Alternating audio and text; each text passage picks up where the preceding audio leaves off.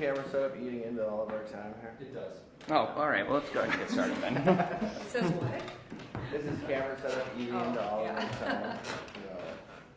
Okay. This is yours. Oh, that's yours.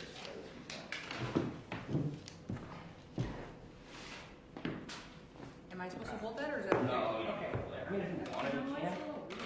I agree. I don't like Okay, it. as long as it works that good that way. You checked out a little? Here, say something real quick, Governor. Testing, 1, 2, 3, check, check, check. I Testing, might 1, have you 2, hold 3. it if you're not going to be averse to that. I apologize. No, it's all right. You can hold the logos. Yeah, that's perfect. Yep. That's good. And if you feel the need to move that at all, feel free to move it. But I think it's perfect. Yeah, okay. I won't get me. Go for it. All right. Well, thanks again for taking the time, Governor. I appreciate it, especially I know you've been busy wrapping up session and traveling and stuff. I want to lead off with, obviously, about 24 hours ago, you had a meeting with former President Trump, who is running for president again. You're kind of the front runner right now to be his vice presidential candidate. What did you guys talk about? What did that meeting look like?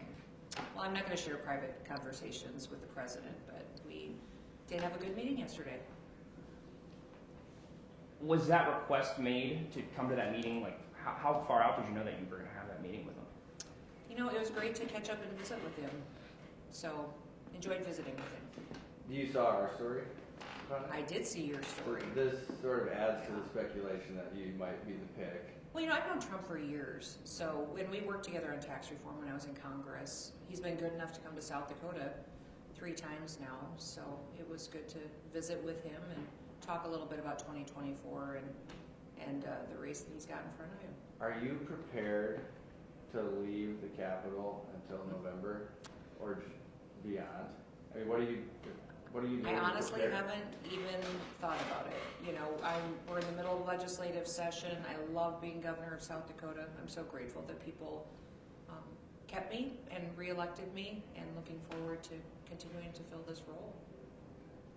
As far as this session, I get that you don't want to talk about the VP. Not really. I mean, it was a good, long conversation with the president. I mean, We met for a long time. That's a big deal. I mean, how do you feel even being sort of the preferred candidate of a lot of people and certainly on his short list? How does that feel? I don't know how I feel about it. I think that it's certainly, I want him to win. And then that's my big motivation, is I recognize that every day I'm in this office, I'm fighting federal government regulation and persecution over the way that we have protected our way of life in South Dakota. So that really is, whatever I can do to help him win, he knows that I'm there and engaged and will be helpful. Do you think you help him win if you're on the ticket? I think there's got a lot of choices out there that he could look at that could be helpful. Do you think, like one of the demerits when you're speculated is that you come from a low-populated state? Mm-hmm. You know, Ron DeSantis has, I don't know how many people live in Florida, 20 million. A lot. Is that something that should be considered? Or do you think that's not the end-all be-all? You know, I've spoken to this kind of before, that I think it would be helpful for him to surround himself with people with different perspectives, people that have run businesses, that have governed, that have had to make tough decisions, and people that really understand what his policies are and will help him get them done. Not necessarily if they come from a populated place. No, and I don't know if he's looking at that to check that box. Speaking specifically to this session, you guys didn't bring a ton of bills this year. There are certainly some, like the foreign ag land bill, which you backed, a couple more regulatory bills in the beginning. Was there a reason for that, or how would you sort of judge your session as a whole so We had far? quite a few agency bills. The budget was really important to me this year. We spent a lot of time preparing for our budget request and making sure that we were making wise decisions with where we were putting people's dollars to make sure that it was going to benefit South Dakota in the long term. We did the anti-Semitism bill, which is incredibly important to us. The teacher salary bill, to make sure that our teachers really had a difference. So these were bills that in the past that we had brought forward and had discussions on that we wanted to get across the finish line this year.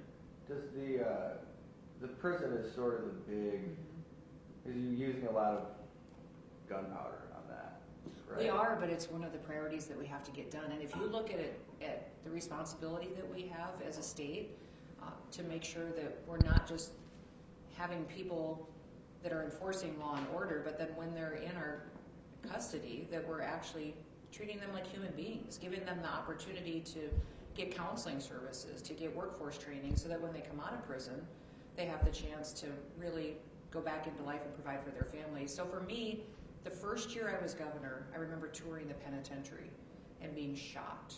I bet it was 110 degrees that day. I was there. Yeah, and it was, I could not believe that we had facilities that were so outdated and that we had people in those conditions. And we put that year, I came with my budget to put air conditioning in the penitentiary, and we did that, but it made a difference, but it didn't fix the fact that we were not ADA compliant in some areas, that it wasn't safe for our correctional officers and wardens in some areas, and that we really just needed a better facility that really was keeping people safe, but also giving us opportunities to expand our programs. So, but obviously the cost is huge. Every single one of our prison facilities needs upgrades or to be rebuilt, and the fact that this legislature has recognized that priority, I'm incredibly grateful for. And that's sort of, that's why we're not seeing a lot of other, Right. Because it commands that many dollars, that much attention, things like that. Now, this budget this year was very different in the fact of how I proposed it, because I wanted to have a conversation with the legislators about what is the priority of state government.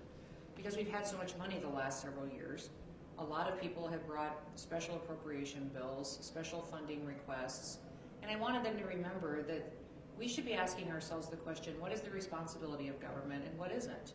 And what is our priorities?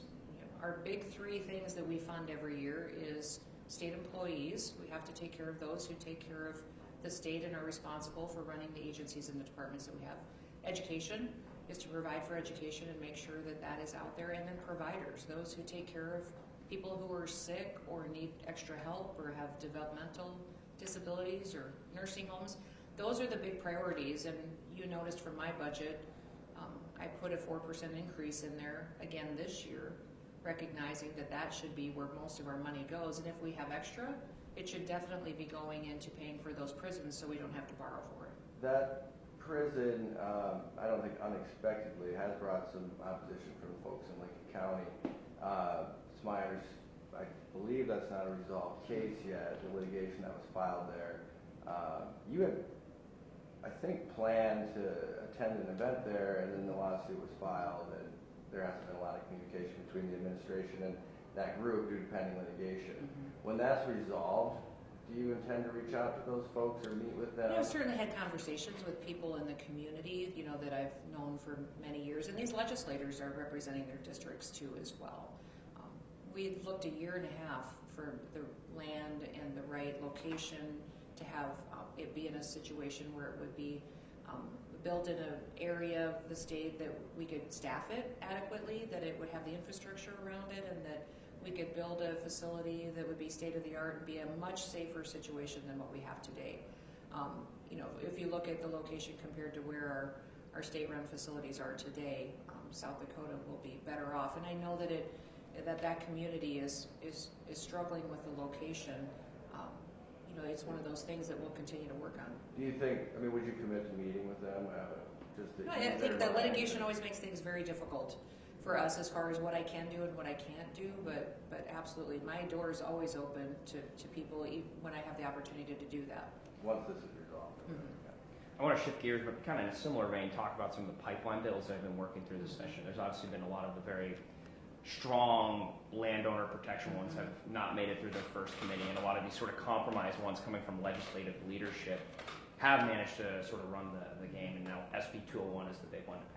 What's kind of your opinion on that situation? Over the summer, last summer, you came out and said you were very much on the side of landowners on this dispute. Well, I'm still on the side of landowners, and I think that we in the state need to continue to protect our private property rights.